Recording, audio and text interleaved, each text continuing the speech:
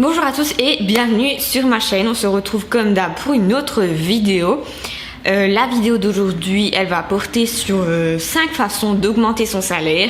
Mais avant de commencer, il y a quelque chose que j'oublie tout le temps de vous dire en fait, c'est que il y a beaucoup de gens qui sont inscrits là, donc vous qui me suivez là, c'est important que vous soyez aussi inscrits à mon email, à ma newsletter en fait, grosso modo, que j'envoie tous les dimanches. En fait, si vous êtes que sur la chaîne YouTube, vous avez que la moitié des infos, alors que je fais tout un travail ailleurs sur mon site et aussi sur Instagram, mais je vous donne très fréquemment des nouvelles et des infos importantes dans cet email. Donc je vous mets le lien en barre d'infos pour que vous alliez vous abonner à cette newsletter. Sans plus tarder, rentrons dans le vif du sujet. Aujourd'hui, on va parler de 5 façons pour augmenter son salaire. Et je dois vous avouer que cette vidéo n'est pas faite pour tout le monde parce que je trouve qu'il y a des domaines qui ne sont pas concernés, il y a des métiers en fait qui ne sont pas concernés, où on ne peut rien faire pour augmenter son salaire. Voilà, on est dans une impasse et clairement ça va pas être possible, ou sinon c'est dans des secteurs très restreints, très mal financés, où il y a peu d'évolution. L'idée c'est pas que vous appliquez tous les conseils, c'est que vous essayez de vous inspirer de ce que je vous dis pour vous trouver des idées en fait pour augmenter votre salaire, et que peut-être ça va vous inspirer à chercher un peu plus, creuser un peu plus, et au fil de vos recherches vous allez trouver des infos qui vont pouvoir vous aider. Enfin, je pense que tout le monde veut ça, tout le monde voudrait pouvoir à la fin travailler et pouvoir avoir un peu plus d'argent pour soi plutôt que de payer voilà les frais fixes, etc. Et bien sûr, pour augmenter son salaire, autant que je vous dise tout de suite, il n'y a pas de miracle en fait, c'est juste des idées et des principes que moi j'ai observés, que moi j'ai trouvé en faisant des recherches. Il n'y a pas d'augmentation de salaire sans sacrifice, sans compromis, sans effort, ça n'existe pas. J'ai envie de dire, si vous avez déjà une formation, ce sacrifice-là sera minime plutôt que de rester encore 10 ans avec un même salaire. Donc voilà, certains vous paraîtront assez évidentes, d'autres moins. Prenez dans cette vidéo tout ce que vous pouvez pour vous aller faire vos recherches. Après, c'est parti. Le premier conseil que je peux vous donner, c'est vraiment de changer d'endroit, de ville ou limite même de pays. Pourquoi en fait? Parce que je pense que je suis bien placée pour vous raconter, pour vous dire que les salaires ne sont pas les mêmes quand on est dans des grandes villes et quand on vit dans des plus petites villes. Voilà, j'ai quand même vu une grosse différence entre les salaires, par exemple pour moi qui étais en région parisienne, et les salaires dans la petite ville où je suis. Après, je vous avais fait un article sur mon blog que je vous mettrai en barre d'infos sur une règle super importante à prendre en considération.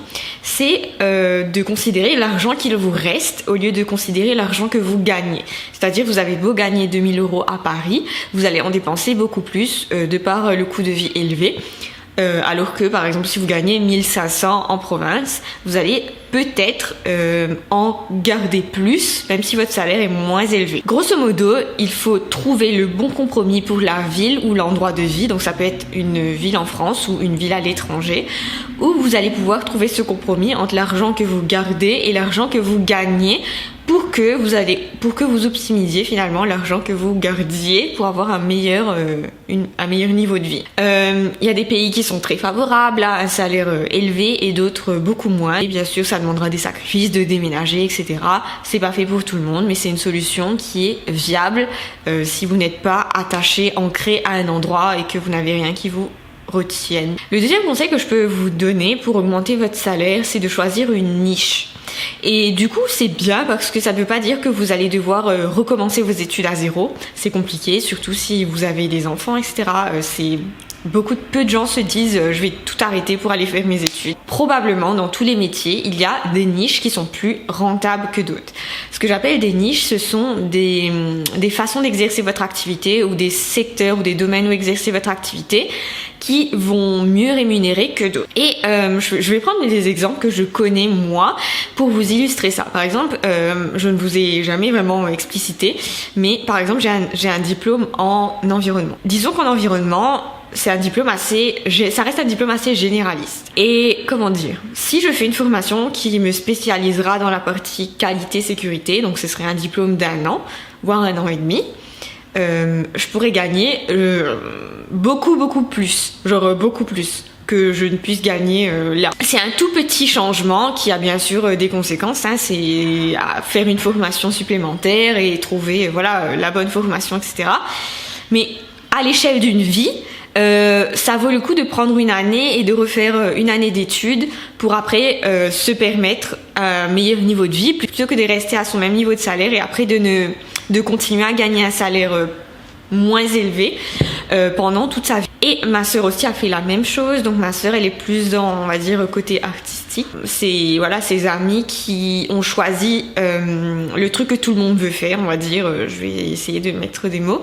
Ce sont des gens qui gagnent tout juste de quoi vivre, voilà, tout juste de quoi vivre en fait. Et elle, en fait, elle a choisi de se spécialiser dans un truc que personne n'avait envie de faire, non pas parce que c'est pas intéressant, mais parce qu'elle a choisi ça, que ça l'intéressait, que c'était un peu plus technique peut-être, et du coup elle gagne presque 2 fois plus que ses copines qui ont fait exactement les mêmes études. Choisir en fait une niche différente. Souvent ce sont des niches que personne ne veut faire. Ça ne veut pas dire en fait que ce sont des choses qui sont agaçantes à faire ou négatives.